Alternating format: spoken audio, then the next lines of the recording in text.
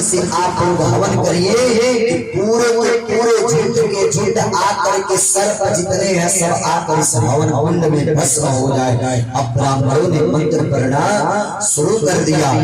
अब मंत्र पढ़ना शुरू कर दिया। अब झुंड के झुंड आकर के सर्प गिरने लगे, स्वाहा होने लगे। अब जन्मेजय खड़ा होकर के देख रहा है। जब देख रहा है अब धीरे धीरे जब सब सर्प आग गिरते जा रहे हैं, तक्षक दिखाई नहीं दे रहा है। तक्षक जा करके अपना प्राण बचा करके इंद्रासन में इंद्र भगवान के आसन को लपेट करके बैठ गया था। अब इधर जब कुछ समय बैठा तक्षक नहीं आया तो यह कहते हैं कि तुम ऐसा मंत्र पढ़ो कि यह बताते हैं कि आगे तक्षक क्यों नहीं आया। तो ब्राह्मणों ने कहा महाराज वो अपने प्राण की रक्षा के लिए इंद्रपुर में जाकर के इंद्र के आसन को घेर करके बैठ गया है। अब यह कहते हैं कि ऐसा मंत्र पढ़िए कि इंद्रासन सहित आकर के यह तक्षक इस हवन कुंड में गिर जाए। अब ब्राह्मण लगे मंत्रों का उच्चारण करने। अब इंद्रासन हिलने लगा। जब हिलने लगा तो इंद्र भी घबराने लग रहा है, अब मेरा भी काल आ गया है। इंद्रासन खिंचा कर आने लगा। जब आने लगा, जब इंद्रासन को आते हुए जब यह देखे तो अब प्रसन्न हो गए। उसी में अत्रि मुनि एक थे, उन पर बहुत प्रसन्न हो गए। कहे अरे आप वरदान मांगो, मैं आपके इस मंत्र ध्वनि से बहुत प्रसन्न हो। तो अत्रि मुनि कहते हैं कि महाराज मुझे आप यही वरदान दीजिए कि जो आप यज्ञ कर रहे हैं इसे बंद कर दीजिए। अब वरदान देने के लिए कह दिया है, एक तरफ बंद करने के लिए कह रहे हैं। इंद्र भगवान भी आकर हाथ जोड़े, अरे ऐसा मत करो जन्मेजय, ऐसा मत करो, यह संसार का नियम बिगड़ जाएगा, तुम ऐसा मत करो। उसी समय ब्रह्मा जी आ जाते हैं, कहते हैं अरे यह तुम क्या कर रहे हो पुत्र, तुम तो प्राकृतिक के नियम को बदल दोगे। जब सर्प योनि का संहार कर दोगे कोई सर्प ही नहीं बचेगा यहाँ। अब ऐसा समझाने लगे। समझाने के बाद अब यह यज्ञ बंद हो गया। जब बंद हुआ तो इस महात्मा से अब जन्मेजय जी कहते हैं कि अगर आप अब यह लोग कहते हैं कि सब होनी का यह प्रबल होनी थी कि होना था तो हो गया, अब छोड़ो जो होना था सो हो गया, अब क्या करोगे। तो कहा अगर आप सब यह होनी का कारण है तो आपको पहले से पता था, तो क्यों नहीं आप मेरे पिता को रोके, क्यों नहीं हमारे पिता को मना किए शिकार खेलने से लिए। तो वह लोग समझाते हैं कि देखो पुत्र, जो होना रहेगा होनी को कोई टाल नहीं सकता है। कितना भी कुछ कोई कर ले कि आज मुझे घटना घटने वाला है, मैं घर से बाहर नहीं निकलूंगा। ऐसा कुछ इमरजेंसी काम आ जाएगा कि बस वो अपने सदन से बाहर आएंगे कि वह घटना घट जाएगा। इसलिए होने को कोई टाल नहीं सकता है। समझा रहे हैं यह होने वाला का हो गया। तो कहा अच्छा तो कम से कम आपके हाथ में था तो लोग उपदेश देते हैं, चलो ठीक है अब तुम जाओ और तुम जाना तो तुम दक्षिण दिशा में मत जाना। दक्षिण दिशा में जाना तो काला घोड़ा मत लेना। अगर काला घोड़ा लेना तो बाजार में जाना तो एक स्त्री मिलेगी सुंदर, उसको मत उठाना, उसके मुंह में मत पड़ना। और उससे भी आगे जाना तो और जब यज्ञ करना तो उस यज्ञ में तुम क्या करना, बूढ़े बूढ़े ब्राह्मण को बुलाना, जवान ब्राह्मण मत बुलाना, नहीं तो पाप हो जाएगा। अब यह सिद्ध करके अब जब यह चले तो आ करके जैसे ही अब जैसे महात्मा कहते दक्षिण दिशा में हमें जाना, तो ऐसा संयोग हुआ कि इनको दक्षिण दिशा में ही जाना पड़ा। एक घोड़ा मिला वो भी काला। पूरे बाजार में जब सब चीज दिख गया था, यह घोड़ा लेकर अकेला बेचारा रात्रि का समय हो रहा था, बैठा था। अब इनको देखा नहीं गया। जब देखा नहीं गया तो उस घोड़े को आज वही खरीदे कि वही उस घोड़े पर सवार हुए तो घोड़ा दक्षिण दिशा की ओर इतना जोर से भागा, इतना जोर भागा कि आगे एक सुंदर स्त्री दिख गई।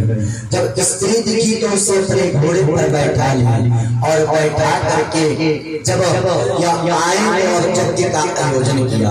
अब यज्ञ का आयोजन किया, बाबा ने वो समझाए थे महात्मा लोग कि जवान बाबा पंडित जी लोग को मत बुलाना, बूढ़े बूढ़े को बुलाना। अब यह त्याग किए कि गए गुरुकुल में जा करके 5 ब्राह्मणों को नियुक्त किया कि हट्टे कट्टे नौजवान बाबा रहेंगे, मंत्र बोलेंगे, मंत्र बोलेंगे।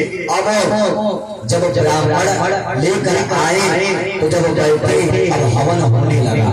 जब हवन होने लगा उसी समय अब इतना जोर से हवा चला कि इनके स्त्री के सर से पल्लू सरक गया। और जब सरक गया तो जो ब्राह्मण आए थे देख करके हंस दिए। जब हंसे तो इनको इतना क्रोध आ गया कि तुरंत तलवार निकाल करके ब्राह्मणों का सर काट दिया। जब काट दिया तो इनको ब्रह्म हत्या का पाप लग गया।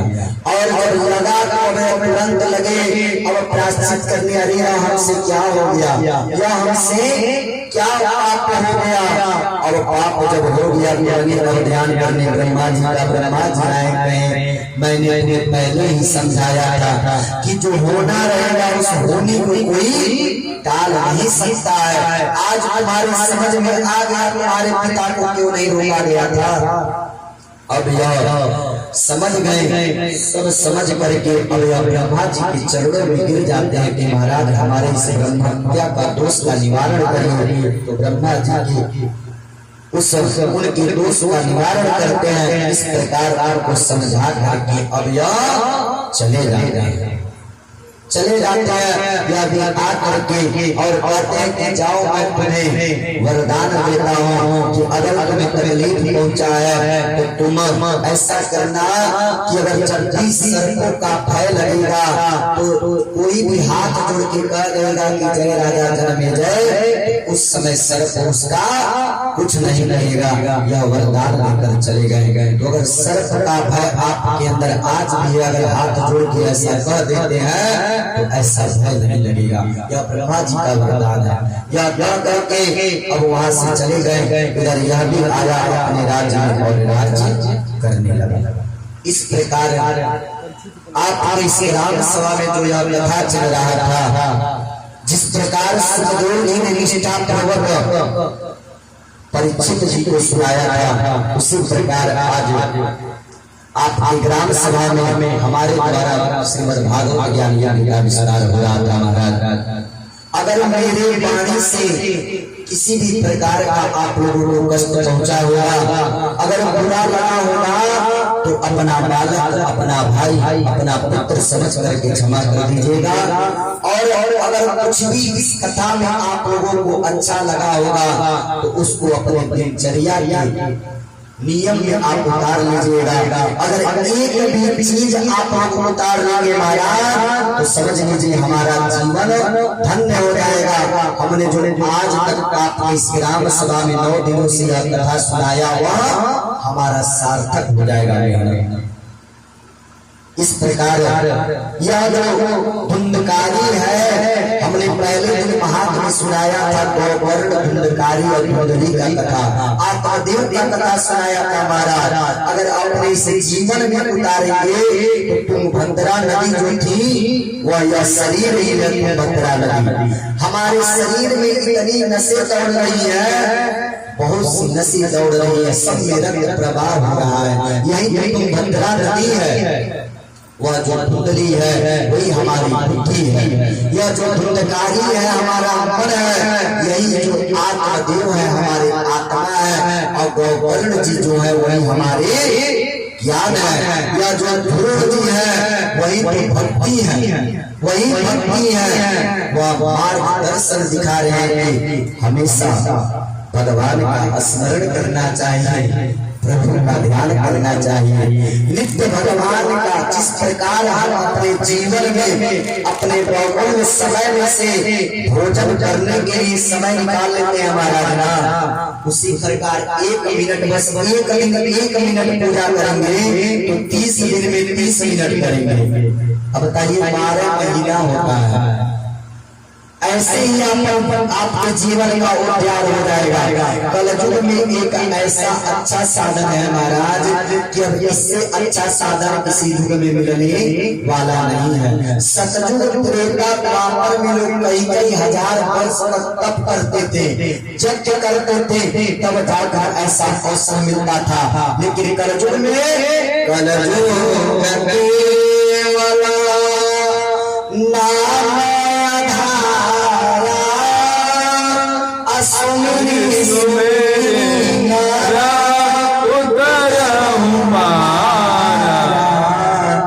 कलयुग में बस प्रभु का स्मरण करके संकीर्तन करके नाम लेके हम इस भव सागर से अपने नैया को पार लगा